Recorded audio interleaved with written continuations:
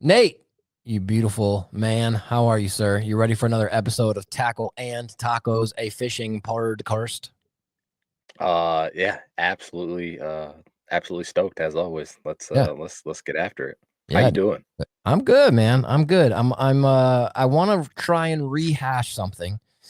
This doesn't usually go well, but we're just gonna force it anyway. You and I, we were just Perfect. while we were kind of pre-gaming, waiting for our guest tonight, Dave of Dave Fishtips fame on Instagram, Facebook, YouTube. We'll bring him on a little bit about the most down-to-earth dude, has a big social following. Just you can tell, I don't know, there's a thing where you can like get vibes from people on social with the way that they post, where you can tell like this dude actually enjoys what he's doing. And Dave is one of those dudes. His social is just packed full of like authentic fishing stuff, and we're just pumped to have him on. So we're really excited to talk Heck to yeah. Dave here in just a sec at Dave Fish Tips. And before we bring him on, I want to try and reenact something and pretend like it's natural. Okay, Nate? Oh boy. So Acting is not my strong suit. no. Well, maybe. I don't know. Okay. Not really, no. Okay, well, we can't really say who it's for yet, but we did just get like a new like contract for doing some videos, and he wanted some like scripted stuff. So you Yes, have some acting. yeah, you you may have to step up your acting game a little bit, be a bit more of a thespian, Nate. I don't know For if you agree. sure. We'll get her figured out. We'll dial her in. Yeah, and if not, we'll just lean into it. We'll lean into how crappy you are at acting, and we'll act like you were trying to act badly. You know what I'm saying? Right. Yeah, it'll Yeah. be Make fine. it even funnier. Yeah, like do you remember what's that those two white dudes, I think they're from the South. They're super funny, Rhett and something or whatever, like the at the red house where black people and white people buy furniture. Have you seen that commercial? I don't think I have, no. I got to almost like get off the podcast right now and look it up. So it's like Gosh. way long ago. I mean, I'm probably talking like 15 years ago maybe. But it's these Right. two dudes, excuse me, they basically make like commercials, but they look like right on the cusp of like, dude, this could be a real commercial. Because you know how like local commercials are always like painfully corny. Oh Yeah. yeah. Yeah, yeah. They do this one called like the Red House. It's like a furniture shop, but they're trying to be, and like most of the people in it are not actors, I don't think. I don't know, but they're like trying to act like they're trying to bring this like racial equality vibe into being furniture salesmen. Like one of them, it's like this big black dude, and he's like, "Hey, what's up? I'm Buckshot. I like lifting weights and pushing furniture into your homes. I'm a black man," or something like that. It's so bad.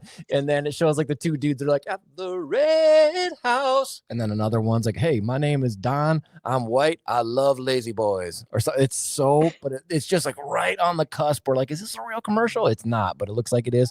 We could do something like that. Like you could Oh, be for like, sure.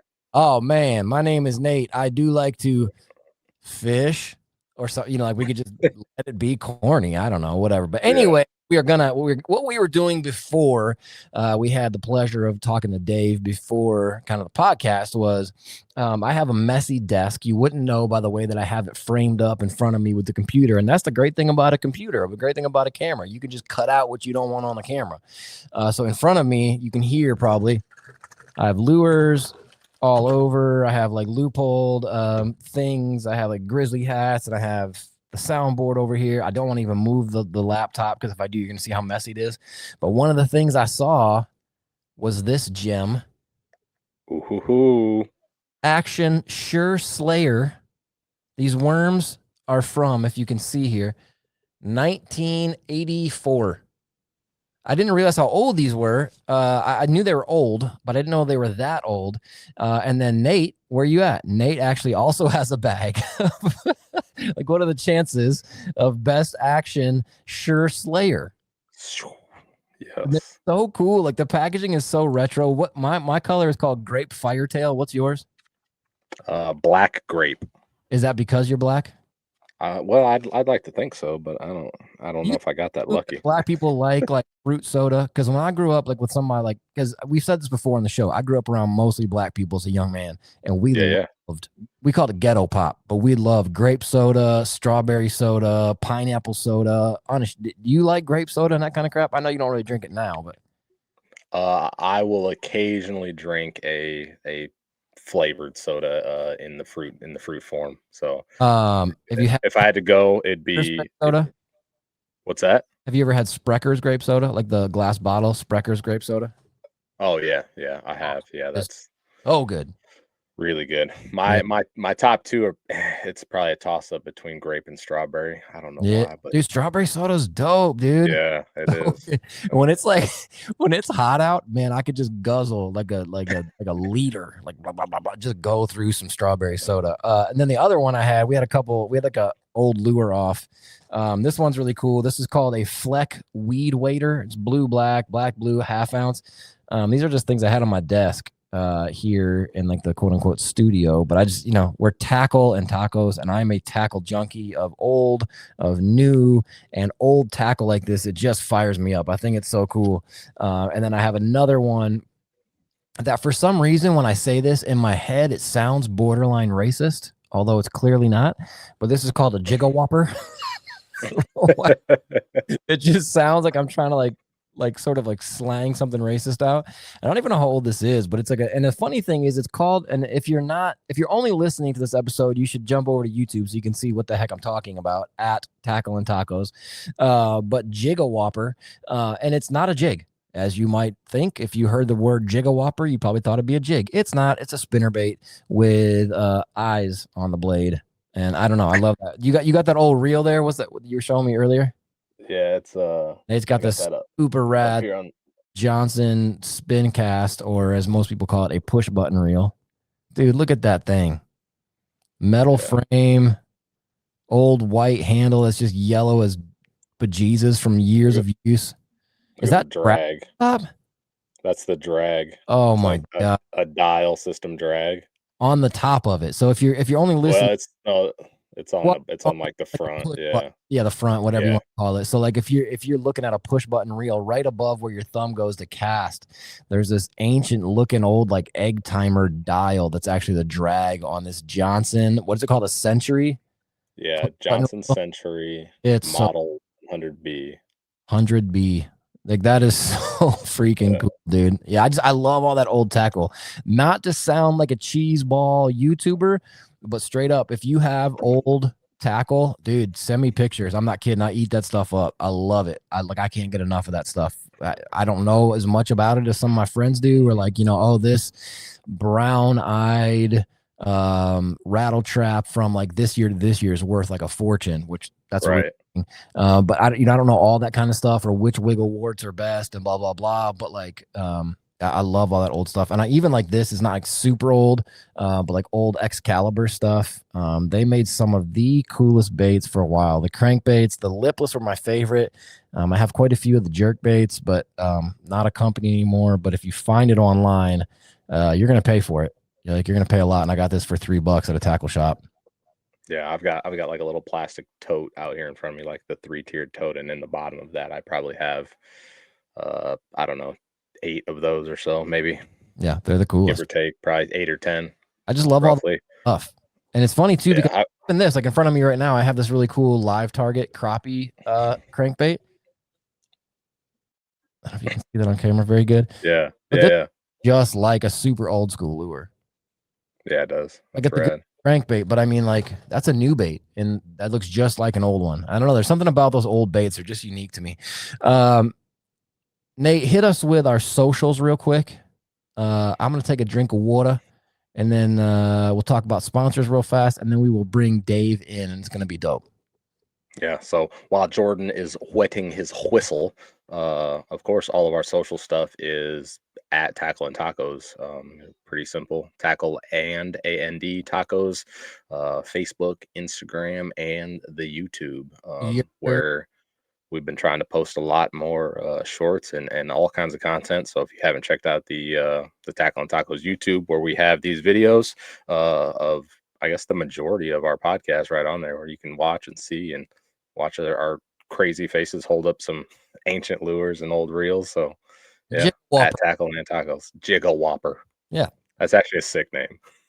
Yeah, it's pretty funny. Like I like it. Yeah. It kind of as dumb as it sounds. It also kind of rolls the tongue. Hey man, pass me that half ounce Jigga Whopper. Yeah. Yeah, and it's like, yeah, it's cool. That one's called. You know what the funny thing is? The brand of company. So this is the funniest thing about it. The brand of the company is Jigawhopper, but this bait, guess what this is called? Ooh. It's as dumb as Jigawhopper. Like I'm gonna try and get it close to the screen so if anybody can see it right there in the white. Hog Ho- Hogger. Hog hogger. What the? You could come up with a better name than Hog Hogger. Like let's just pretend like I worked on a bait for like 9 months, and spinner baits are popular, but dude, I got something unique. I got something the fish haven't seen yet. I'm gonna refine it. I'm gonna cast it 100,000 times. I'm gonna tinker with it. I'm gonna get the right blade. I'm gonna get the right colors. It's gonna be perfect. I'm gonna get the copyright. I'm gonna get the patent. Perfect. What do you want to call it? How about the hog hogger? Like HAWG space HAWGER, hog hogger, like pig pigger, cow cower. Like what in the world? You couldn't come up with anything better than hog hogger. But yeah, I love that crowd, dude. It's so rad. It's so Yeah, fun. it's hilarious. And I'm half tempted to like fish with it, but I also don't want to because here in Wisconsin, which I know Dave can relate to, there are pike everywhere, and I will lose it. Something will bite you off, and it's just so frustrating. So real quick before we bring in Dave, we got to mention our all of our amazing sponsors. Number one, first and foremost, is Grizzly Coolers. They are the presenting sponsor for our little show, and they're amazing. Like legitimately good people. The drinkware is awesome. The coolers are incredible. I have here a hat. If you watch this video and you see me holding this hat up, send us an email, contact@tackleandtacos.com. First person to email and say, I want that hat, I'll send it to you for free. Brand new hat, Richardson. It's really rad. It's white, light blue, light yellow, has a cool PVC grizzly patch on the front. If you want it, email me as soon as you watch this video, contact@tackleandtacos.com. I will ship it to you for free. Yeah. Folks, WCB will get you 15% off of your entire order. So any cooler, any hat, any merch, any drinkware, cups, whatever, 15% off. And they have the new, well, it's not new, but they have the Drifter series of coolers that they just keep adding stuff to. So the backpack cooler is off the charts, bananas. Yeah. They have like a luggage one that's got like the little bar and like the wheels in the back, so you can drag it along. They have like soft-sided ones that I've talked about on this podcast before that kind of look like an oversized purse, and couldn't care less. I don't feel less masculine because it's super practical. You can get tons of stuff in it. It's got those big, like the bigger, I don't know how to describe it, like the bigger teeth on the zippers, they're just really good. Grizzly coolers are freaking awesome. So check them out. 15% off with the code WCB at checkout. Again, if you're on YouTube, you can see it scrolling on the little ticker on the bottom. Of course, Giltek, GILLTEK, the best swim baits best swim jigs I've ever thrown. They also have the tube hair jig that has the marabou in it that you put in a tube. And then even when your tube is at non-motion, when it's just sitting, you kill it, it kind of has like this little wave. It's awesome. Mm-hmm. Hookandarrowsupply.com is where you can get those. Nate and I were just talking before the show about one time we went to film for a Giltek commercial, and I was like, dude, I'm not going to bring any rods with. We'll take your boat and I'll film you. I'll just bring a camera because otherwise I'm going to be too tempted to fish. So you don't always have to do this, but when you go to film a commercial or a video or whatever, it's not a bad idea to have what you just call a shot list. So it's basically, I want to get a shot from here. I want to get this. I want to get that, especially if you're editing, so you know how you're going to kind of put it together. So we had a shot list and we were done like really quick. Like Nate caught a nice fish on camera, skipped a jig under a dock, and I was like on the dock in slow-mo, like some really cool shots. And then we had time. So I was like, dude, I'm going to fish. And all Nate had with was his goofy ass left-handed bait casting reels. And so I'm trying to crank down, and it doesn't make sense because I bait cast right-handed. I spin left-handed, like spinning reel left-handed, but I could not throw a square bill on a bait caster left-handed. Like I just felt like I was like I was like a T-Rex, like little arms, like trying. Oh my gosh, it was awful. Nate, quit using that. Yeah, no, it was the most herky-jerky cranking I've ever seen. Like it shouldn't make a difference, but I could, because like spinning, you just go, but like bait casting was like it just didn't. I don't know. It doesn't make any sense. Also, have you heard of? I know you've heard of. I really always wanted to try a baits reel. You've seen these baits reels, right? Yeah, they're really dope looking, and They get a dollar for them for sure. Yeah, they're expensive as crap because they're made out of billet aluminum. Just like Yeah, I used to machined. Yeah, yep, Motion Raceworks, where we would make our catch cans and all these different parts out of solid billet, and then it'd be machined out, which means it's just one big block, and they carve out the stuff they're not going to use, so it's just rigid, it's sturdy, it's stiff, it's strong. I was real close to pulling the trigger on a Bates reel because I can get them a little cheaper through my work. I work at a boat place, and I looked up some reviews on them. Have you heard this thing about Bates like screaming? no. Apparently, like a large majority of them scream like there is no tomorrow. Like when you're casting, I assume, Yeah. right? No oil, no lubing, no cleaning, and they as you're casting them. Yeesh. Yeah, like if you look them up on, and I'm not trying to talk bad because they're freaking dope. Like they look incredible. Yeah, Grips look dope. Chris Zaldane uses them, and I think he's a pretty intelligent angler. And I think he's always been like one step ahead of like the trends, like with big baits and swim baits and like the mag draft and then the Zaldangerous and all that. Big spoons. So like I respect his vibe. But if you look them up on like Tackle Warehouse, even like the reviews, people are like, "Oh yeah, man, I was really stoked on this. I paid $350 for a bait casting reel, and it screams like the first day out of the box." And I'm like, "What?" So then I looked it up on the Year Turbs, and sure as shoot, there's like a whole thing about them screaming at people. wow. Yeah, no, I had no idea. I wonder if it's because of the like tighter tolerances with the machining of the I wonder. billet aluminum. I Mhm. don't know. Yeah, it's actually the first thing I thought of. I'm like, I wonder if all that rigidity and all that like big chunk of metal, it just didn't age well. I don't know. I'm not a scientist, but Yeah. pretty weird. But anyway, I wasn't trying to talk bad. I was just kind of surprised by it because I think they're so cool looking. And Tackle Warehouse will put out like exclusive colors of them, and yeah, they're just dope. Next one, of course, is Leupold. Leupold, making optics, binoculars, rifle scopes, spotting scopes, range finders for literally over a century. For over 100 years over in Washington, they've been putting out top level stuff. So when a company like that decides to make sunglasses, you just know it makes sense. It's going to be dope. And so we're so stoked to be a part of the Leupold team for performance eyewear. I mean, I don't really want to talk bad about anybody, but they were just like, Stetson Blaylock and Seth Fighter and John Cox and Brandon Polinick. Like, they ain't doing it. We really need Nate and Jordan and Lola from Tackle and Tacos. We need some idiots Yeah. talk about fishing and tacos. That's who we need on the team. But they're killing it. And then they came out with the Storm Warden, which is their new rain gear. Tell me how dope that stuff looks, Nate. Yeah, it looks incredible. Yeah, pants and bib set that look absolutely legit. I'd be stoked to get some of those and try them out this year. Yeah, I've been talking to our rep a little bit. I'm like, hey, man, I know Yeah, sign up for that, but I wouldn't be mad if you sent them. right, exactly. They're so sick. And the cool thing is if you go to Leupold and check out the Storm Warden, which is that rain gear set, it just looks like I've talked about Vexus boats on here before. You don't have to like them, whatever. Think they're cool, don't think they're cool, whatever. But a bunch of the things that Vexus boats does, like as far as like where the net goes, like right behind the front seat in the cooler, there's a gap there so you can put your net there. Or like the live well feature, or just some of the stuff that they do, you can tell that was stuff that was designed by fishermen. You know what I mean? Like it's just makes sense.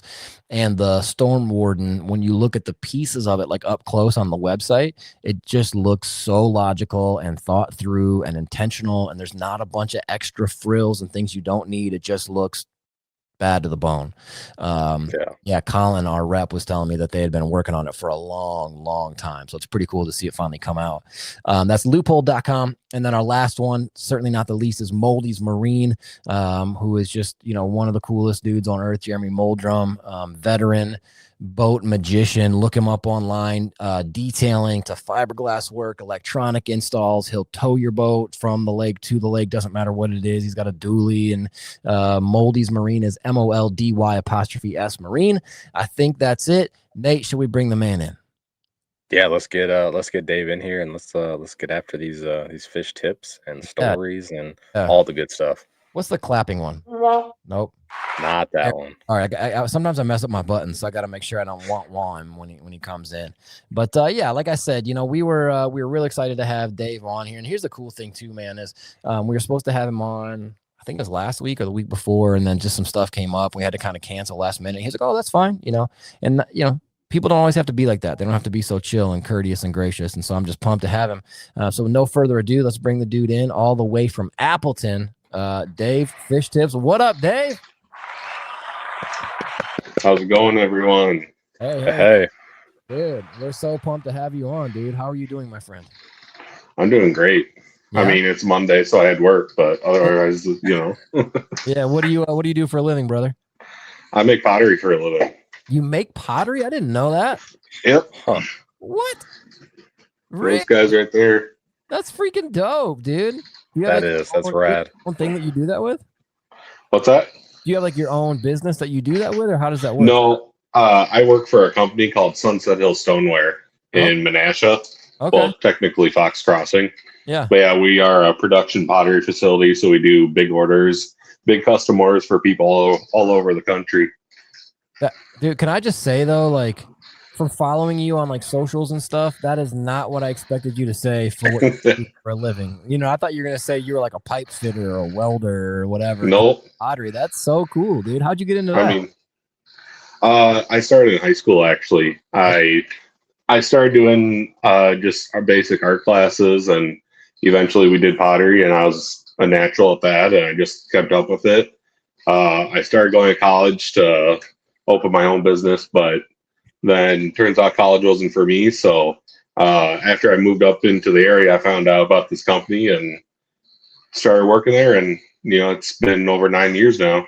Wow, dude. Good for you, man. Yeah. Yeah, I like that. I really like when people do something they enjoy. So you enjoy doing this day in and day out? It's starting to wear down on the body a bit.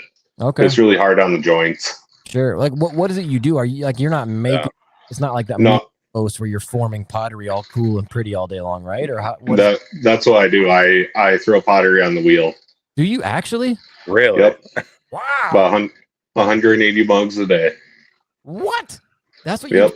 you make 180 mugs like handcrafted every day. Yep. What? Handcrafted for you is our slogan. Wow. That's wild.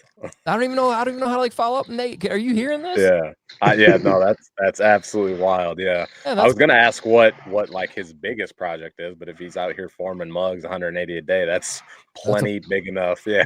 Sheesh Louise. So how long you been making do you do anything else? Do you make anything else? That's mostly it for my creative pursuits at the moment, besides doing YouTube. Yeah, wow, dude, that's sick, dude. Anyway, we're not here to talk about pottery, although I'm very intrigued by it and kind of like thrown off because I was so not expecting it. But Dave, thanks for jumping on the show, dude. So you said when you moved up to the area, where are you from originally? Well, so I was born in Marinette, Wisconsin, and then we moved down to Wauwatosa. And when I was 5 years old, we moved to Oconto. And then when I was about 10 years old, we moved to Cambridge, which is by Madison. Yeah. And then I spent the rest of my school years there until I graduated. Then me and my mom moved to Madison for a couple of years. And then we had family up in the Appleton, Fox Valley area. So then we moved up there. And not long after that, I met my wife, and we started living together, and it's been great. That's awesome, man. So heck yeah. Appleton is close-ish to Green Bay, yeah? Oh yeah, we're like 30 minutes away. Okay, yeah, that's sweet. Right on. When I was a kid, this is not about me, but it just makes me think of Appleton. When I was a kid, I had family in Green Bay, and I would go to I'm sure it's not there anymore, but there used to be a skate park in Appleton called Area 51. And that was like the coolest. So when I think of Appleton, I think of the Packers and I think of falling on my skateboard. That's my that's my two things. So let's go back in time, Dave. However you want to take this. This is kind of just something we ask everybody, whether they're pros or they're YouTubers or they're just people that we like, whatever. How did you first get kind of bit by the fishing bug? I've been fishing as long as I can remember. My mom and dad both fish, and they used to take me even when I was a baby. They would lay me in the boat, and I would just go to sleep while they were fishing. That's awesome. So it's just always been there for me, and I can't not imagine my life without fishing. I like that. Yeah, for sure. That's cool. That's Yeah. good parents, dude. That's really good parents. I think it's really important to get kids into whatever early. I remember one time talking to my buddy Kurt, because I already had kids when he was about to have his first kid, and I was like, "Hey, man, don't let anybody say to you something like, oh, once you have kids, it's over." I'm like, it's not. Just bring them with you. Like, bring them with you on the adventure. You know, if you're going ice fishing or if you're going hunting or whatever. That's cool that your parents did that, dude, for sure. So what's your favorite style of fishing now? And how did you get into doing like Dave Fishtips and like sharing your stuff online?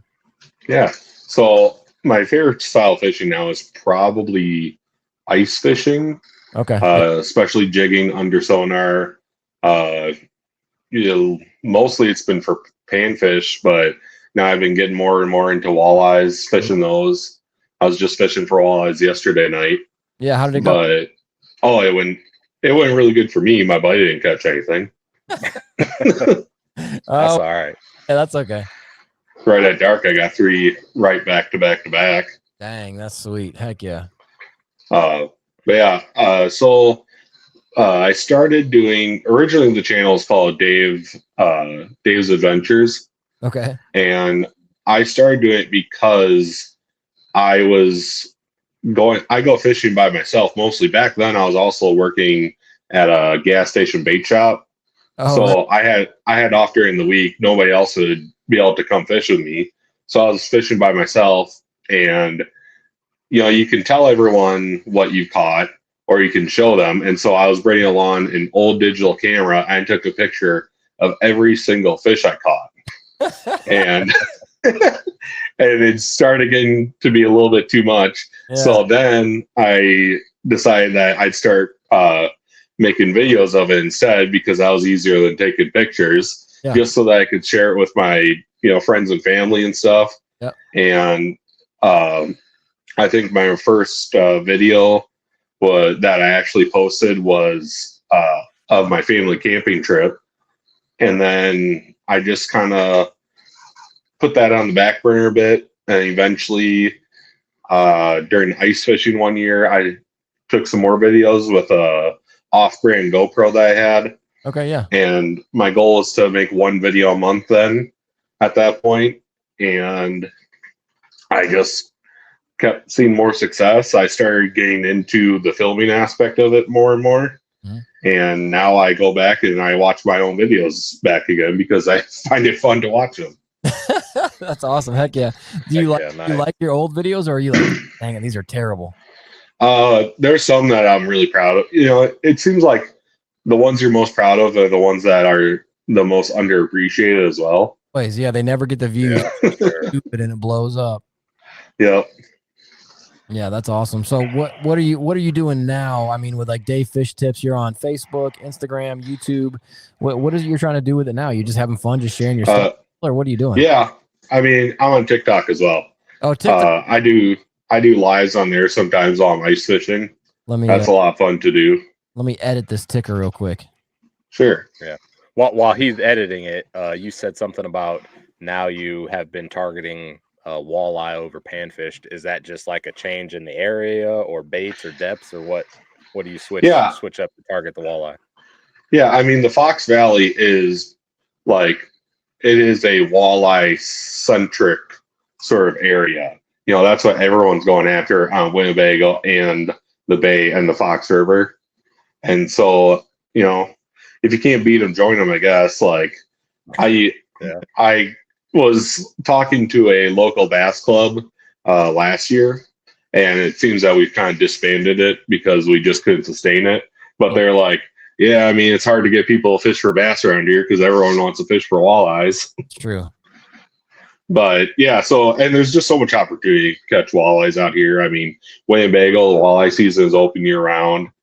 On the Fox River up in De Pere, you can catch walleyes year round. Mm-hmm. It just changes on what sort of size you can keep and how many you can keep. Sure. Yeah. Yeah. What technique are you doing for walleye that seems to be working for you? You don't have to give away all the juice, but what's been going good for you lately? I really don't think there's much secrets out here for walleyes. So last night I was using a jigging shad wrap Yeah. which I'm having a hard time finding those online now since I bought them like 2 years ago. I can see the jig and shadow wrap, but I don't know. I have a hard time finding the jig and shad wrap specifically. Okay. But so I was just using a minnow head on that and the tail on the back hook. And I was just jigging that just above the bottom, and they're smoking it really hard. So you said are you a flasher guy? Are you a live scope guy? What are you throwing in the hole? I'm too poor to be a live scope guy, so I'm just using a Helix 5 that my sister won a contest with a guide in the area. Oh, that's he was doing a Facebook contest. Yeah. And she won a Helix 7 from him, and it took a long time for him to send it to her. And she kept bugging him, and eventually both a Helix 7 and a Helix 5 showed up at her doorstep. What? And yeah. And so she has a son that ice fish as well. Okay. And so I had the lowest grade model, the ice 35 that Humminbird makes. Yeah. Yep. At the time. And so she wanted a simpler model for her kid to use. So she just traded me straight the Helix 5 for the ice 35. Yeah, that was a good. And that's what I've been using ever since. Okay. So on Solid. that, are you using it like in flasher mode, or using it down imaging, or what do you go to? I'm using 2D sonar. Oh, 2D. Okay. Yep. The 5, I know the Helixes have it. Does the 5 have a flasher mode? Yeah, you can run flasher mode. Okay. I just like the straight line better than the dial. Yeah, well, whatever works for you, of course. Whatever works best for you. Because I mean, going back to that a second ago, like everybody around here fishes walleye, and I know I'm not exactly near you. I'm probably 3 hours away or something, but Wisconsin, walleye is the fish. Like walleye is just Nate. What is that? What's that clip, Nate, where Matthew McConaughey's talking about steak? Oh yeah, the Bert Kreischer clip where ribeye is a steak. Yeah, ribeye is a steak. Yeah, he says it like there's no other steak out there. Inch and 5/8. Yeah, big boy. But I feel like in Wisconsin, walleye is the fish. Walleye, for sure. Same take, but walleye. And like, it's funny thing is for me, as much as I love fishing, tug is the drug. It could be a bluegill, it could be a bass, it could be a muskie. I don't care. I just love fishing. I love having the rod get bent over. I love the imagination, the curiosity, not knowing what's on the end of my line, whatever. But I'm not an expert walleye guy, like at all. But what I will say, as much as I like have buddies who are all into walleyes, and I'll kind of make fun of them because I'm like, oh yeah, it's fun reeling logs in, I guess, whatever, because they don't always, like, depending on the year, that time of year, they don't always fight super hard, you know what I mean, Dave? But I mean, for God's sake, that is one of the tastiest creatures on God's beautiful green earth, and I'm not eating bass, you know what I mean? But man, walleye are tasty. Tell me you're keeping some of these fish, Dave. I keep some. I actually don't eat fish a whole lot at all, really. I don't like clean fish, and then I also don't like cooking fish in the house. It gets you're right there. Yeah. You are spot on there. It can get stinky. What do you like? So if you don't really like fish, what do you like eating? Tell me something. Do you like tacos? Does your wife make tacos? I do like tacos. So we actually have a Mexican restaurant within walking distance of our house because we're right by downtown. Dude. And it's actually, we have two Mexican restaurants within walking distance. Okay. They're just owned by the same owners. Oh, that's cool. They got a little one is more like a little dive spot, and the other is more like a sit down restaurant. Okay.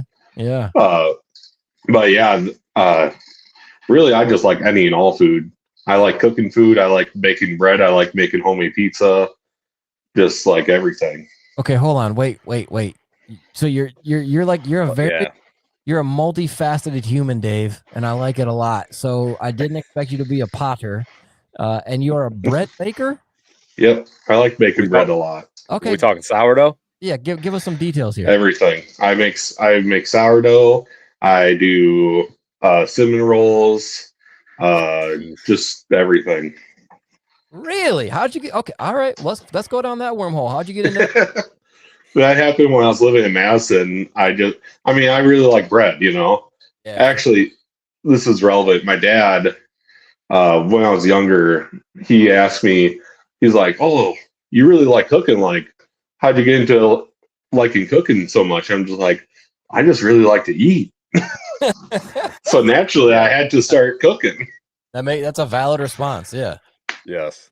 Yeah. Right here. Same. Nate's a good cook too, and I think that's why. And I don't know if I'm a good cook, but I love eating as well. It's very like, you know, that feeling where you know what you're about to make, like whether it's bread or like whatever you're cooking, and you're like really excited for it because you just know it's gonna be awesome. That's a good. Oh feeling. yeah. Like that, where you're like I'm excited to eat right now because I know what I'm making is gonna taste so good. So yeah, I totally get it. What's your favorite kind of bread to make? My favorite kind is probably cinnamon rolls. Okay, They're just so dang good every time you make them. Even if you mess up on them, they're amazing.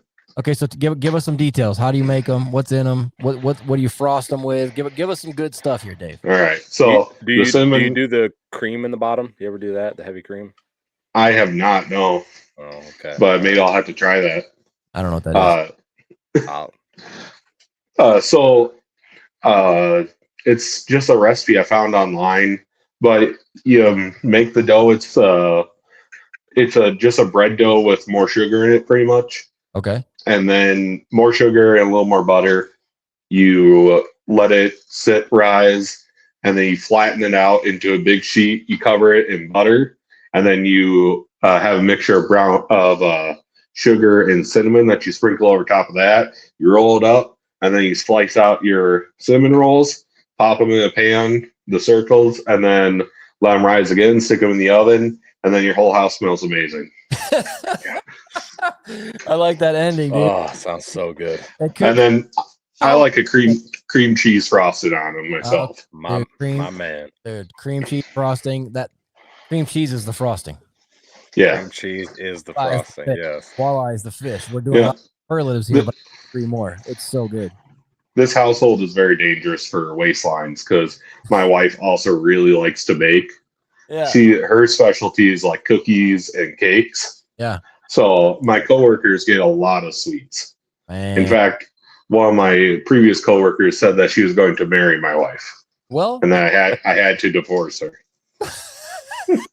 You have no choice. Like that's not. I appreciate the weird compliment, but what did Nate? What did Dave just say? This house is dangerous for waistlines. Yes. Yep. Yeah. That might be a T-shirt right there. That. Yeah, that's if good. you ever come up with like a baking business, that's what it needs. My business is dangerous for your waistline. That'd be good for like a kitchen towel. Yeah, that's a good slogan. We need a. You have one too, Nate, don't you? A cricket. We need to make like some little stickers. And that's real life though. Tell us about your wife a little bit. I know she fishes too, right? She does fish with me. Yeah. She enjoys fishing.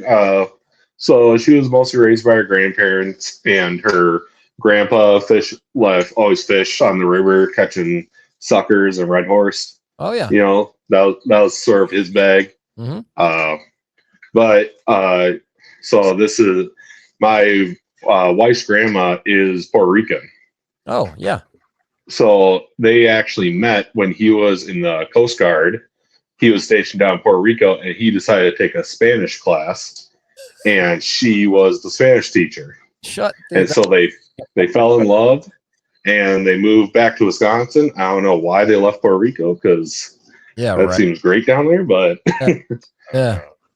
Then they came up here, had their kids, and then their kid had kids, and there's my wife. But she's awesome, you know.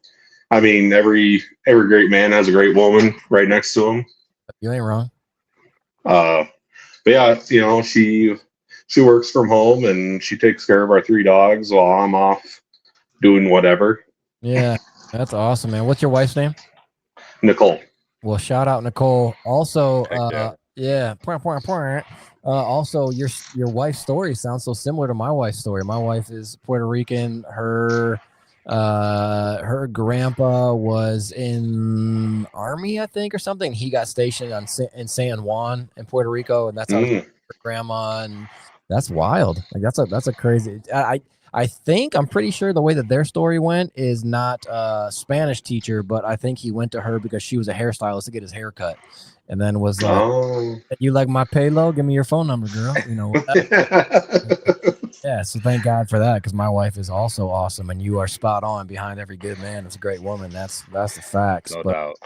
Lola is I don't know if everybody knows this or not, but Lola is not always able to be on the show. We want her to be on the show, but it's tough with like kiddos and getting them in bed. And Gus, our 4-year-old, is part boy and part wild animal, and so it's just we want her on more often than we can. But I'm gonna tell her about your story. She would love that. She'll be pumped on that for sure, dude. So what if you could, Dave, if you could do anything fishing wise, let's just say you have an unlimited budget, you can go anywhere, you can fish for anything, what would you do? Well, if I had unlimited budget, I'd probably go up to Lake of the Woods. Okay. And fish for every single species in that lake, because they have pretty much every species that is around us anyways. And everything that swims is in there for sure. What would you, if you had to target, let's say you had to target 3 species and you know, big ones, what would you go after? Definitely walleye. Yep. Then it's lake trout, even though there's not a ton in there. Yeah. Oh, now I have to decide between crappie, perch, and bass. I'd have to say, actually, out of left field, we're going with burbot. Oh, snap. That was out of That's actually, have you ever caught a burbot, Dave? I have not. We have them in Lake Winnebago. Yeah. In the next couple weeks here, I'm going to try and get out on the reefs and catch them, because they'll be spawning. Yeah, they do. They spawn in like the cold, right? Yeah, they're like the exact opposite of dogfish, where they're active during the winter and they hibernate during the summer. Yeah, dude. I've heard, so a couple things. Number one, can I just say that I really respect your choices? That was completely unexpected and freaking dope. This is like the episode of Unexpected Answers, from pottery, red to burbot, like to the jiggle whopper. You know what I'm saying? We're all over the place. Have you had it? I've heard burbot is like one of the tastiest fish that swim, and I have yet to have it. It's the goofiest looking fish. Nate, you know what we're talking about, right? I do, yeah. Didn't we have somebody on that said that they were really good? Like, it's been forever ago. He lives on Lake of the Woods. Wasn't he talking about burbot? Somebody, or no, it was I think it was Caleb Wisted, hooked up north Wisconsin on YouTube. Maybe, yeah. I think that's right. Yeah, I think Caleb knows about burbot. That's just such a strange fish, but like how cool, and like I would just love to get into something weird like that. That'd be fun as heck. No doubt. They are only species of freshwater cod. Yeah. The Loda is the scientific name. The fish's so nice they named it twice. Look at this dude knowing his scientific New York jokes for it. That's just a really easy name to remember. So that's the only one I got for you. Yeah. So do you know, even though you haven't had it, do you know theoretically, I guess you could say, is it like cod? I just hear that it's just super good. Yeah. I mean, people prepare them like poor man's lobster, you know, but I've never had it. Hopefully I'll be having it in the next couple weeks. Yeah, good for you, man. You'll have to give us like some photos or let us know, because I genuinely about that. That's freaking dope. I've watched those for sure. Always been a big fan of those like Alaska shows and stuff, and you know, we've had some people on from like Alone, and what's that other one we had on forever ago, Nate? The Alaska show. Gosh dog it, my brain sometimes just turns off. But anyway, I've seen on those shows dudes just catching big old honking burbot, and it's just, I don't know, that's the coolest thing in the world to me, because it just seems almost foreign, you know. They almost look like an alien. Yeah, they're wild looking. Yeah, it was the dude's name was Rico DeWild. What show am I talking about? Nate, help me. We had him on. Remember, he was the coolest dude. Was it Yukon Man? Below something. No, Life Below Zero. Below Zero. Life Below Zero. Yeah. Creepers. I'm so unprofessional. Sorry, Rico, if you're the coolest. It was awesome talking to you. Super respect. That was, yeah. Yeah, that was really neat. But I know he's caught some like burbot up there in Alaska. Like, that's just, how cool is that, dude? Like, that's so unique. But so tell us real quick. Let's go backwards a little bit, Dave. Tell us what do you get at the taco joints that are by your house? So my favorite one, I have two favorites really. Okay, good. this is at Sangria's Mexican restaurant in Appleton. Okay, shout. So I like to get either the Locos Tacos, which is a 4 tacos, and I believe it's carnitas, chicken, steak, and then another like pulled pork, and that has pico de gallo and grilled cactus, and then just a little bit of queso fresco. Yeah. Nice. Yeah. And then they have really good bourbon peach tacos, brisket bourbon peach tacos. What? Those are super good.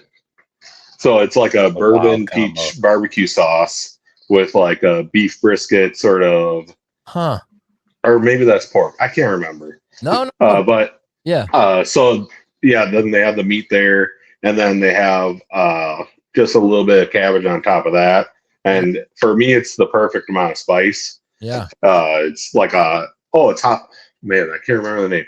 It's like habanero bourbon peach tacos. It is weird how well sweet things play off spicy things. You wouldn't think that would blend together, but yeah, dig your palate. You're kind of taking risks there, dude. I like it. So my thing is that I don't like onions at all. Whoa. So I pick things that don't have onions on them because I don't like requesting that they take onions off because they made this dish the way it's supposed to be, you know? Yeah, I like that. That's a good angle. That's kind of a mature stance on it. Nate will be like, no. Solid. No, I get it all. I order it all. No onions. Yeah. Don't even think about putting them on there. Yeah, Nate, I don't know if you remember this. I'm sure you do. One time, Dave, Nate, and I were fishing a derby up in Hayward. And we went to this Chinese joint. It was like the only place that was open after practice on the Chippewa flowage. Like the only place on like was it a Thursday night maybe? Or a Friday night, late at night? Yeah, I think it was a Friday night. Yeah, because it was 2 days. Yeah, it was a Saturday, Sunday derby. We went to this Chinese joint like right downtown Hayward called like not Panda Express, but like Panda, like a little hole in the wall place. And he got beef and broccoli or like something. Isn't that, you got something like that? And it had Mongolian beef, maybe. Mongolian beef, that's right. And it had 343 chunks of giant pieces of onion. And I was by the time this dude got done, it looked like he didn't eat anything because all the onions were like pushed off to the side and like this whole like mound. It was literally a mound of onions. Yeah, I probably took a picture of it, but that crap was hilarious. So that's funny that y'all have that in common because that's a very like Mexican thing too, man. Like onions on tacos. I actually have a similar story. It's not tacos though, but there's a burger place that a friend recommended that me and my wife go to, and I go there and I'm like, oh man, it's like a hip sort of burger joint, millennial burger joint. Okay, sure. And so I was like, oh man, the mac and cheese burger sounds good. And I get it. And first of all, the burger really sucked at it. It was like a hockey puck. But then I went to take a bite and this ball mac and cheese I was on top of there was loaded with chopped onions. I've never seen anyone serve mac and cheese with onions in it before. Oh, mac and cheese is mac and cheese. That's it. Yeah. And so you know, we got our bill and we left and we stopped at there's a local fast food place called Tom's in the Fox Valley. Okay. Better than McDonald's, I think. So I got a burger there. Oh man, that's how you know. Yeah. To get another one somewhere else, that's how you know it was off, dude. Wow, that's dude. But you know, they gave us like 6 kind of pickles for our appetizer. So how was that? Was that pretty good? They're okay. They're mostly bread and butter pickles, which I prefer dill pickles. But yeah, I can't eat or bread and butter. I don't know where you stand on that, Nate. I'm a dill guy. That's it. I love dill pickles, but I don't like sweet ones. Yeah, I only eat the bread and butter if they're like super spicy. Like if you can get some super spicy bread and butter pickles, I'll eat those. But otherwise, it's dill all the way. Yeah, I remember being a kid and going to like Thanksgiving or whatever, and like they'd have like a little tray out of stuff, you know, and I go to grab a pickle. I'm like, yes, pickles. Take a bite and it's sweet. And I'm like, ready to just vomit it up. Yeah, Not in my household growing up. We always had Milwaukee's best dill pickles. that's a good dude right there. The Milwaukee's best is Vlasic's. Like there's some good ones out there, but yeah, I don't get down to sweet pickles at all, dude. What is Nicole? What is she like at the taco place? So she does not eat pork at all, Okay. and she rarely eats beef. So usually she's getting something chicken, but she actually really likes the loaded chicken chimichangas there. Yeah, chimichangas are so good. And yeah, she loves that. And then the big old bowl of guacamole. I'm not a huge fan of guacamole, so she just takes it all for herself. Dude, I mean, you and Nate might be in the same boat. It sounds like I'm more of a fan with Nicole. Well, love guacamole. Live on. You know what's weird? Loves it. I'm just not a huge fan of avocado, really. And then obviously there's onions in there too. But yeah. But my favorite, I'm not a huge fan of cake, but my wife found a cake recipe that I really like. It is a vegan chocolate avocado cake. Oh, that's weird. So instead of like oil or something in the cake, use avocado. And for the frosting, it's pretty much just powdered sugar, avocado, and cocoa powder mashed up. Really? Yeah. Does it say, but it like avocado? It makes, not really, no. It tastes mostly just like chocolate, but it has like a sort of fresh sort of flavor that keeps it light and not too dense. But it's a very fudgy cake at the same time. Dude, you're gonna have to like text me like the recipe or something because like that's pretty wild. Want to know about it, and I feel like my wife would be. But the only problem is that I donate plasma because that's more fishing stuff I could get to buy. Smart man. But Perfect. I cannot eat that cake before donating plasma because my lipids will be through the roof every time. Really? Oh yeah, because there's so much fat in avocado. That's true. Yeah. Whoa, that's weird. So you had it before and then went and they were like, no. Oh yeah. They're like, no, get out of here. Your plasma's white. Whoa, weird. That's crazy. Yeah, because that is the thing. Like, what's that movie with Adam Sandler, the animated Hotel Transylvania? There's that part where he's like talking to his little grandson and he's like, oh, here's an avocado. It's got good fats, whatever the heck that means. Yeah. Packed full of fat, but it's like good for you fat or something. Yeah. That's pretty weird. Hey, real quick, Dave, let's play a game of one of your favorites. It's kind of, I know you said you listen to the podcast, which by the way, thank you. Sincerely appreciate that. Hearts for real. And let's play one of your favorites where we just rattle through some random crap and you just have to say one of your favorites for whatever that subject is. All right. Yep. All right, here we go. You ready? One of your favorites. All right. It's the middle of the summer. It's 1,000,000 degrees outside. You're really thirsty. What's one of your favorite things to drink? Body armor, blackout berry body armor. Okay. Yeah, I like body armor. Yeah. I'm sorry. We always make these longer because it's hard to like just guess, but I agree. Yeah. Oh, good, dude. All right, go Nate. One of your favorite movies. Oh, we actually just watched it the other night. The Big Lebowski is one of my favorites. The Dude. I was just talking about that movie. The Dude, man. There's a few movies throughout like the annals of time where an actor, not in a bad way, but got like everything he did from there on in, he was still the dude. Like Homeboy is always going to be Zach from Saved by the Bell, no matter what else he does for the rest of his life. Like John, what's his face, will always be Napoleon Dynamite. Like, is forever the dude, like no matter what he does. Even in his personal life, he's like that now because like he's super into Buddhism and stuff. And it's like, oh, you just became the dude. Yeah, he's for sure. Actual character. That's wild. What do they say? Life imitates art, so yeah, they kind of did there. One of your favorite bands or like musicians? I've been listening to a lot of Zach Bryan lately.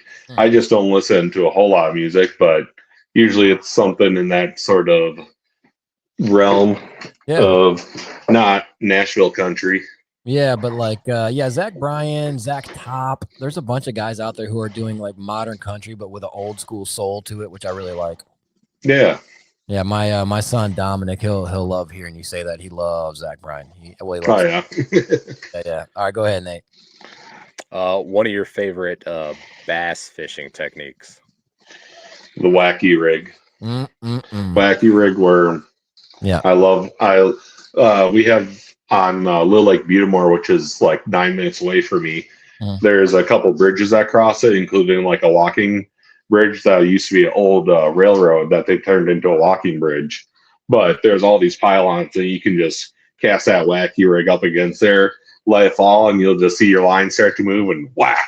The best. That's That, Freaking absolutely the best. 4 or 5 pound bass. yeah, that's What's the bait? ribeyes. So, I mean, you already know this. It's going to be the Yum 4 Dinger and Green Pumpkin. Yeah, green pumpkin just works everywhere. Yum dinger is the thing is, right? Like I think Cincos are the original, do nothing worm, whatever, 4 or 5 inch. But like they're just like part of what makes them so great is what makes them suck. They're so floppy that they move really good, but they don't last as long. And Yum dingers are like you know what I mean? Yeah. I can buy a bulk bag of Yum Dingers at Fleet Farm. Yeah, exactly. And they work awesome, and they have a ton of good colors. They have all the options. Yes. Why wouldn't you? Same price as the 10 count of the Yamamoto's. Yeah. I mean, why wouldn't you? Yep. I mean, that's a real thing, man. I will say though, not all of them are the same. I would argue are as good as the Cinco. I mean, I think you'd have a hard time proving me wrong. But I remember back in the day when Nate and I used to work at Gander Mountain, I would get the Gander Mountain brand straight worms. Those were garbage. Those sucked. They were bored. They didn't move right. They didn't sink right. They didn't if you rigged it like a straight like a extra wide gap and kind of popped it like a jerkbait, they didn't move right.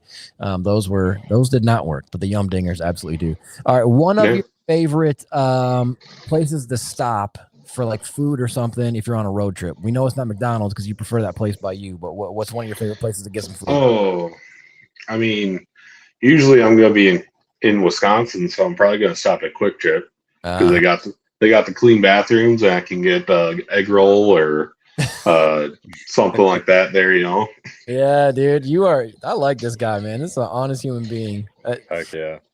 There was a place by me. Well, actually, no, it was by my mom up on Lake Holcomb.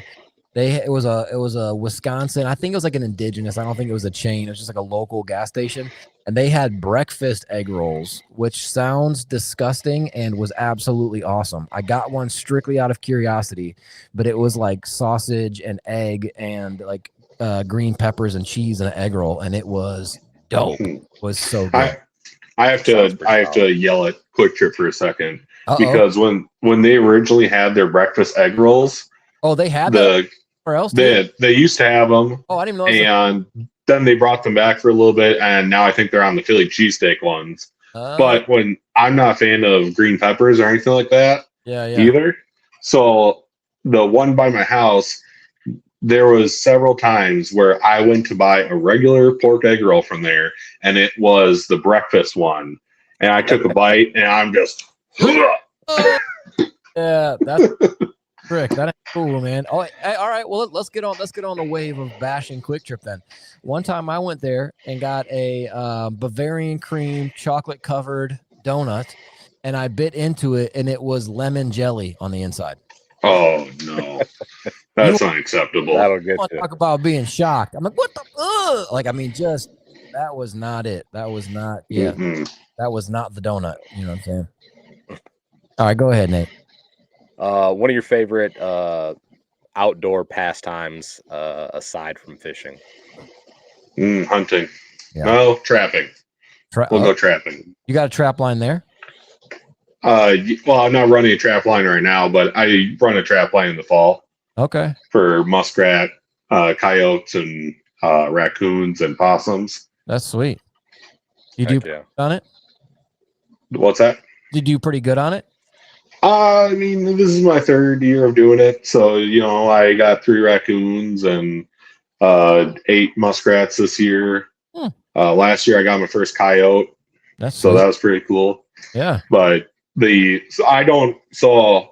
most of my traps are on public land, and I do not set for coyotes on public land because I don't want to catch anyone's hunting dog. Yeah, for sure. which I mean, it's not a big deal if you do, but it's just like I don't even want to mess with it. So Yeah. I'll set my dog-proof traps for raccoons and stuff, or wire traps for muskrat. Yeah, that's sweet. So I've always wanted to get into trapping. I think that's really cool. What's one of your favorite dogs? You said you have 3 dogs. What's your favorite one? of the ones I have, Yeah. okay, then it'd be the youngest dog, Ranger. Okay. That's my dog. The other 2 my wife had when I met her. Oh. So now the one is 15 and the other is 10. But those are both Chihuahuas. Okay. But Ranger is a part German Shepherd and part Lab. Oh, so he's probably pretty smart. Yeah, he's too smart. Yeah. But I've taken him fishing a little bit here and there, and Heck yeah. he'll come up with me up north because my dad lives up north. Yeah. So I actually drive past Hook and Line or Hook and Arrow Supply all the time in Wasaki. Yeah, but I never go there because they're always closed when I'm going by it, because I'm usually going up there at like late at night and coming back like in the afternoon on Sunday. Oh, sure. I was gonna say well, yeah. Brian also has kind of weird hours too, because he's starting this new land clearing, like mulching business. So he bought a giant, like, I don't even know what you call it. It looks like a cat or something, but it's like one of those crazy, like, pull out, grab stuff, pull it in, and mulch it and spit it out. So he's always like doing something else. But yeah, it's actually a pretty nice shop though. Yeah. In Wasaki, you should definitely try and stop by if you can. Yeah, I'm going to at some point. In this summer, we're going to be moving closer up there, just north of Green Bay somewhere. Okay. Just be closer to family. Yeah. So I'll be able to stop in there a lot easier then. Yeah, dude, get in there. Get you some Giltech stuff. Yeah. The guy who owns Hook and Arrow is the guy who makes all the Giltech stuff one at a time, and it is legit. It's really, really good. Yeah. Do a couple more, and then we'll get out of the one of your favorites. So let's say one of your favorite. I don't know. Wait, is it your turn, Nate, or my turn? No, it's your turn because we were talking about dogs. It's your turn, Nate. I'm sorry. Yes. What's your favorite footwear? Okay. Boots, shoes, brand. I'm a brown shoe guy, so I'm using like Keens and Merrells and stuff like that. Yeah. I just need something rugged and tough that can really stand up to me doing whatever the heck I want. Yeah, that makes sense. That's utilitarian. I like it. All right, I'm gonna feed you one here, Dave. You got to knock this out of the park, okay? You got. All right. What is there you go. What is one of your favorite things about your wife? She is probably the kindest person I know. Boom. Well done, sir. That was very good. On top of being like super beautiful. Yeah. There it is. You got to play this back for Nicole, and then we'll give you guys some alone time. But that is. Oh yeah, she'll watch this. That's one of your favorites. One of your favorites. So we won't keep you too much longer, Dave. But give us a recent fishing story, something you ran into that you learned from, that you could maybe share some knowledge. Because your fish tips, give us some tips about fishing from some recent encounter you've had. Yeah, sure. Let's see here. So, it's one of those things where you can never fish. It's like you can never fish the same spot twice, really. So I have a huge catalog of spots down in this area that have been good in the past, but maybe aren't necessarily good right now, but you still have to check them out to try them. What you're saying, yeah. So, and then you need to try new techniques there too. So actually yesterday when I was jigging for walleyes in the Fox River in De Pere, I had never jigged off the bottom with a jigging rap there because previously we've caught whitefish there. So we usually use a slider rig there, which is a jigging rap with a swivel, a tiny little VMC swivel, like 12 inches above that, and then a hook just sliding up and down on the line. And so normally you pound that on the bottom because whitefish are very focused on the bottom for gobies. And so I actually just got a tip from a buddy Zach. He's actually Solely Outdoors YouTube channel. He's really awesome. Yeah, shout out. But so he told me, hey, I was catching him on this jigging Rap. You should try it out. And so I did, and I was catching fish. I had never hooked the tail of a minnow on the back of a jigging Rap like that before, and they worked perfect. They really crushed it. Huh. Okay. Yeah, that's a good. It's not a good feeling when you learn something new and it actually works out. My favorite type of fishing day is where I struggled the entire day except for like the last 2 hours, and then it's just lights out. Mm-hmm. Yeah. You kind of. I mean, it really is. It's a puzzle. You put the pieces together, then you go, oh, that's what. Mm-hmm. People always say that phrase, like, let the fish tell you what they want, but it's kind of true. Yeah. Yeah, for sure. Okay. Yeah, I like that, man. Nate, what else you got for this brother right now? I don't know. I mean, you hit it on the head pretty well. Being a multi-species guy, is there like a summertime species you target most aside from walleye? Are you chasing those year round? I'm usually going for bass in the summer. Okay. Yeah, and that's smallies or largemouth? Both. The Little Lake Butamore has big fish of both.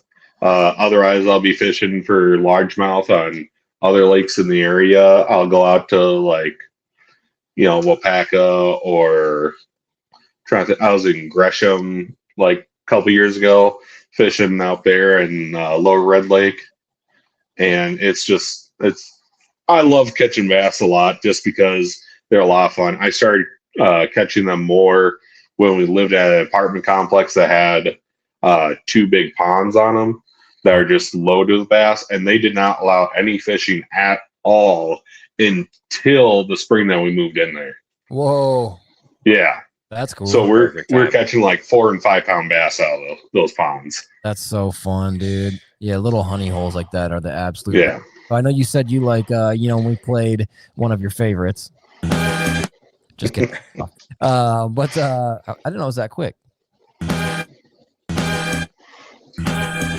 All right. On the soundboard. Anyway, when we played that, you said wacky rig. What else do you like to use to throw for bass? Oh, I actually really like using drop shot when I can get away with it. Yep. That's what I caught my current PB on, which is just over 5 pounds. Heck yeah. Using I think it was a Kalen's leech on a drop shot. Yeah, that's a great bait. But that's actually a Ned bait. But I really like throwing Neds.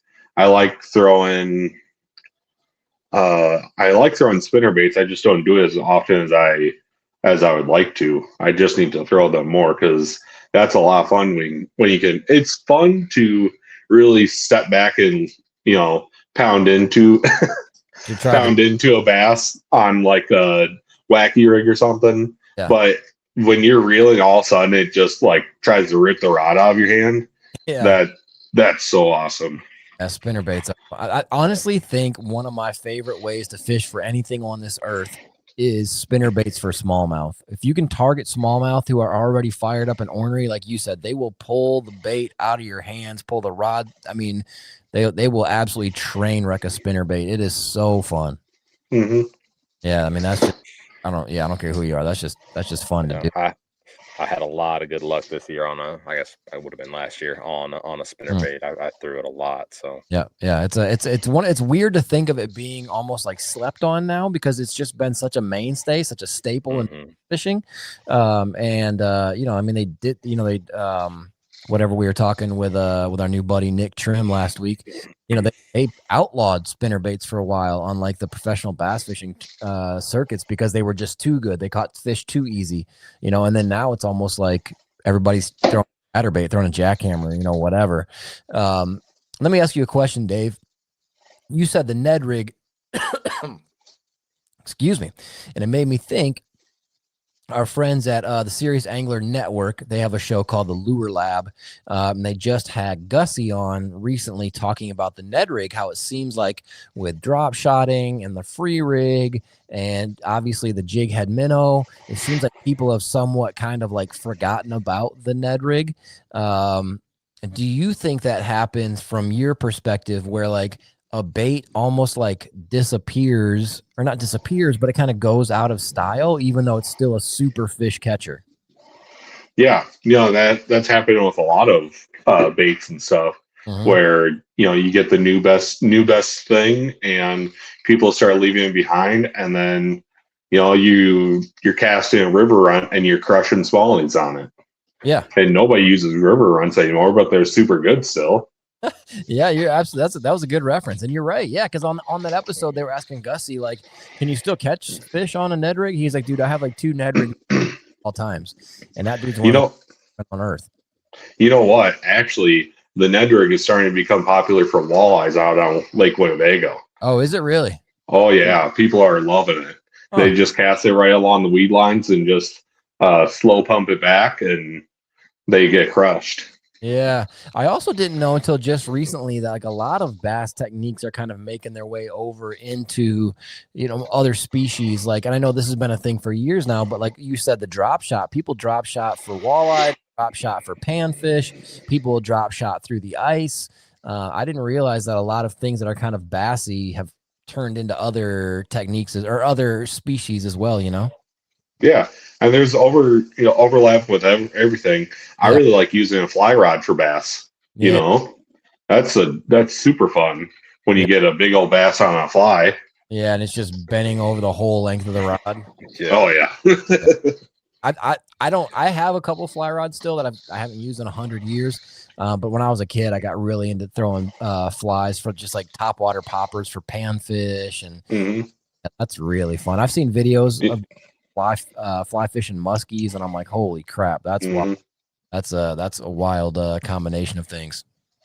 Yeah, I mean, if you want to get back to fly fishing, I look up how to tie a foam spider. That thing will catch tons of fish. Yeah, I've seen them before. I don't know. I definitely know how to tie it, but super easy to tie for anyone. So yeah. So you do that too? You make your own flies and stuff? Yeah, I do that some. I just I haven't fly fished as much the last couple of years, but I really like making flies, and then that both it combines well with hunting and stuff, because I have a whole bunch of grouse feathers, and I have rabbit hair from that, and deer hair, and it just all works well together. Dude, you're living the life, Dave. I like it. For real. Like these are cool things I'm learning about you, and the combination of using hunting for fishing stuff, and I think that's really great, dude. Oh yeah, I use fish that I catch fishing for trapping bait. Even ask you that, yeah. If you ever use like guts or heads or whatever for trapping, yeah, that works really well for mink and raccoons. Yeah, that's cool, man. And so, what are you doing with this? Get out of your trap line. Like, if you get a coyote, what are you doing with it? So with coyotes, I'm just keeping the pelt and the skull and the paws. There is some value in paws and skulls. Okay. But I plan on sewing my own stuff with it. I've just been saving up my fur the last couple of years so I can send off a hefty order to the tannery. Yeah. So I want to make a coyote hat, and then I have some raccoon furs that I want to make hats out of. My first ever raccoon I caught was actually a really dark raccoon. Like, even the tail was like black with dark brown stripes on it. It was really cool. That's weird. Yeah, that's neat. But yeah, I plan on doing some fur sewing. So probably in the coming year or so, I'm going to start showing up in videos with fur hats and fur gloves and all types of crazy crap. Like straight up, like what's Jeremiah Johnson or whatever, like the whole movie. Yeah, that'd be cool as heck, dude. I like it, dude. I like your vibe, man, for sure. Heck yeah. Yeah, one other thing I was going to ask you, Dave, is like, how much do you think, from your perspective, being a guy who's fished his entire life, how do I word this? Does it matter what you're fishing with in terms of like rod, reel, line? Like, do you put a lot of weight on having like real expensive stuff, or not necessarily? Or what would you recommend to somebody who's like trying to figure out fishing? Experience is always going to trump tackle and equipment. No matter what you can watch a guy with a really old pole that's practically a telephone pole Yeah, has absolutely no bend to it, and he's going to slaughter the panfish. yeah, yeah. But I mean, it's nice to have good gear. I've been starting to replace my gear with nicer stuff, and it definitely helps. But the most important thing is just to get out fishing. Yeah, because that's the only way you learn. Yeah, for sure. Yeah, I was just wondering because it seems like the way you've been speaking this whole podcast is sort of like this progression, like this evolution of an angler. So, you know, I just wondered where your mind was on that. Dave, if you could pick your dream, let's say somebody found your YouTube, found your TikTok, and said, "This dude here, Dave Fishtips, is the dude." And you could pick your dream sponsor. It doesn't even have to be fishing related. Anything you wanted, what would you go with? My dream sponsor. That's a tricky one. So now I'm thinking like, what's the most expensive thing that I could get for free? Oh heck. Let's just say Can-Am because they can give me a really nice UTV or something like that. That would be fun. That'd be a really fun one. What about you, Nate? Yeah. Well, if you could have any sponsor, who would it be, Nate? I don't know. I was thinking like, what's it like a big realtor company or something where I can get like a house. You know what I'm saying? That'd be solid. Couple. Next level. Yeah, BlackRock to sponsor you. I was gonna say Jack Links, but that might be too small. I would say I don't even know Amazon maybe. I don't know, something practical. But yeah. So where do you want to go with this, Dave? Last question. In terms of the fishing thing and the social media and the making videos and making the TikToks and all that, where do you want to go with this? Where do you see yourself in a few years from now? If you could snap your fingers and say, this is where I end, where would it be? So a couple years ago, I got burnt out on making videos. Sure. Because I was making videos to have content over making videos that I enjoyed, that I thought were good quality. So what I want to do, and I just got a new GoPro, so I've been playing around with that. And this walleye trip will be my first like real video with the new GoPro. Oh, right on. Yeah. So my goal is probably just to keep making videos that I enjoy making and not push myself to make content just to get stuff out there. I know that social media benefits from you posting every single day. Yeah. But like, do I really want that to control my life? You know? Yeah, that's a real so I mean, if it can pay for my fishing, then that'd be awesome. Yeah. If it doesn't, I'm still gonna go fishing. I'm still gonna record videos. Yeah, I like it. Yeah, that's awesome, man. I think that's the right perspective. What do you think, Nate? No, without a doubt. Yeah, get out there, have fun, and do what you enjoy. Yeah. I told my wife that the first check I ever draw from YouTube, I'm taking her out to dinner. Yeah. You gonna take her to the Mexican spot right across the street or whatever? You know, that's actually probably where we'll go. Yeah. Yeah. What was it called again? Sangrias. Yeah. That sounds awesome, man. I like the sound of that. So anybody who wants to follow you on every platform you're on is at Dave Fishtips, correct? Correct. It's Facebook, YouTube, Instagram, and TikTok. There it is. Those four. It's on his name right now if you're watching us on YouTube. Nate, you got anything else before we let the man go? No, nothing I can think of. He not only does everything, but hit on everything too. So it's perfect. Good. Yeah, it was good. I so appreciate you, man. Everything from the pottery to baking to bourbon, peach, habanero sauce taco to the grilled cactus. This is a fun conversation, man. We didn't even get into gardening and food preservation and wilderness skills. All right. Well, let's have you back on again. We'll talk because now you got my curiosity tipped a little bit again. When it was 8 degrees recently, I started a fire with a flint and steel. Okay. Yeah. Okay. You gonna be on alone or what? We watched that, and I don't know. Maybe, who knows? Yeah, I honestly think so. Like every time I watch that, My wife is like, I could never do that. I'm always like, I could totally do that. But in the back of my head, I think as long as I made it to like halfway through, and I know you don't know who's tapping out when and whatever, but as long as I wasn't like the first or second dude, I'd be like, whatever, that's fine. That's good enough. Because Yeah. I don't think I'm the dude who can lose, you know what I'm saying, 90% of my body weight and get through it. Like Alan and the dude we had on from season 10 of Alone, the winner, like the amount of weight he lost and like the damage it did to his guts. Like, I don't really think I want to do that. Yeah, I mean, I would definitely not want to be the guy that had all the dried fish stored that got So took out because he wasn't eating enough. that was the weirdest thing ever. Nate, I don't know if you're familiar with that story. It was one of the earlier seasons of Alone. This dude was like so obsessed with this mindset of like storing all this fish. And he got like dangerously skinny. I'm talking like, you know, like starvation skinny. And every once in a while, when you get deeper into it, they send out doctors just to do wellness checks. Like, you know, Discovery Channel can't have some dude dying on their TV show. You know what I'm saying? Yeah. Like there's a shot, like a framed up shot of dude in his little like shelter, and he looks like completely emaciated. He looks like a skeleton, and hanging behind him is just like dozens and dozens of dried and smoked full salmon, and he wasn't eating them. Oh wow. Yeah, that's wild. Preserve them. He was trying to like, I got to keep these for later. I got to keep these for later. And he had to keep these for later himself right out of the show. Yeah, that's crazy.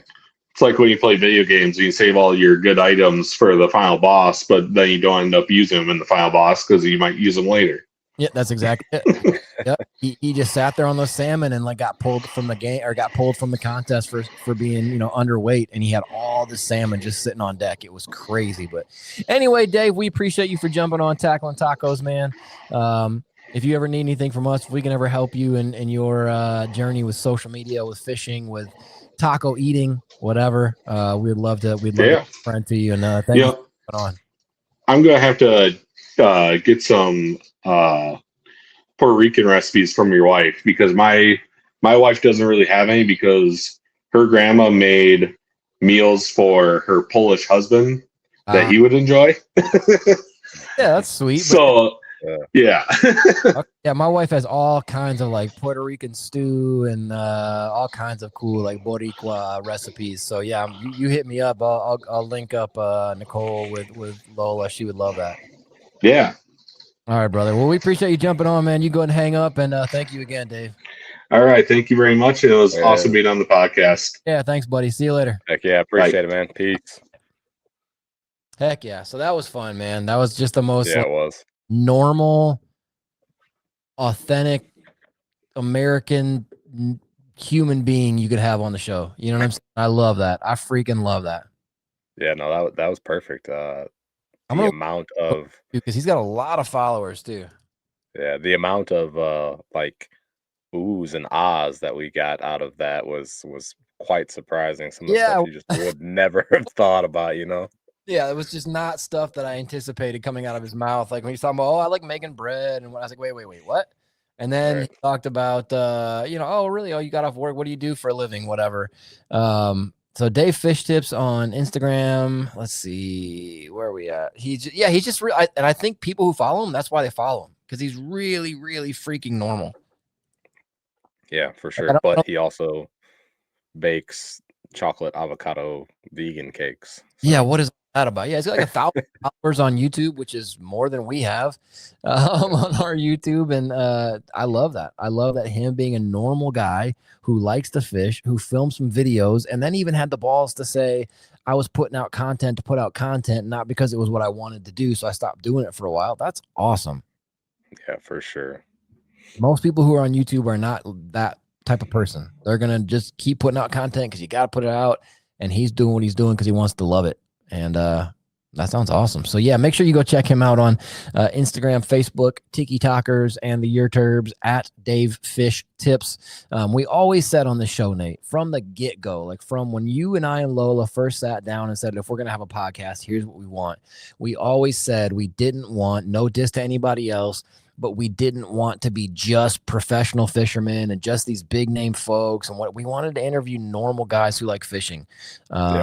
And that's the thing too that's cool about it. So like, we referenced Chris Zaldane about like the Bates reels. And again, I was not trying to talk bad about Bates. I think their stuff looks amazing. I was just kind of surprised about the screaming thing. Anyway, Chris Zaldane, who is a very well respected, very knowledgeable, I'd say, angler, like really knows the stuff that he knows inside out. Absolutely. And at one point he was Dave Fishtips. He was a guy who just loved fishing. And so I think when you have somebody like Dave on, it's really inspiring. It's really like refreshing just to talk to somebody who just likes fishing. Like one of your favorite bass rigs. Oh, wacky rig. He didn't say like some super complex this, that, whatever, just wacky rigging. Absolutely, dude. And he was like, yum dinger, because I can get more of them cheaper. Abso-freaking-lutely. Like that's without a doubt. Yeah. And I liked how he said I donate plasma so I can get more fish and stuff. That's genius. Yeah. I love it, dude. So that's a cool dude. But other than that, I think that dude really summed up what we're all about too. His overall vibe was just so encouraging, so optimistic. And so thank you guys for tuning in. We'll catch you on the next one. Just like Dave's whole vibe, remember, positivity is worth the effort. Peace. Bye-bye.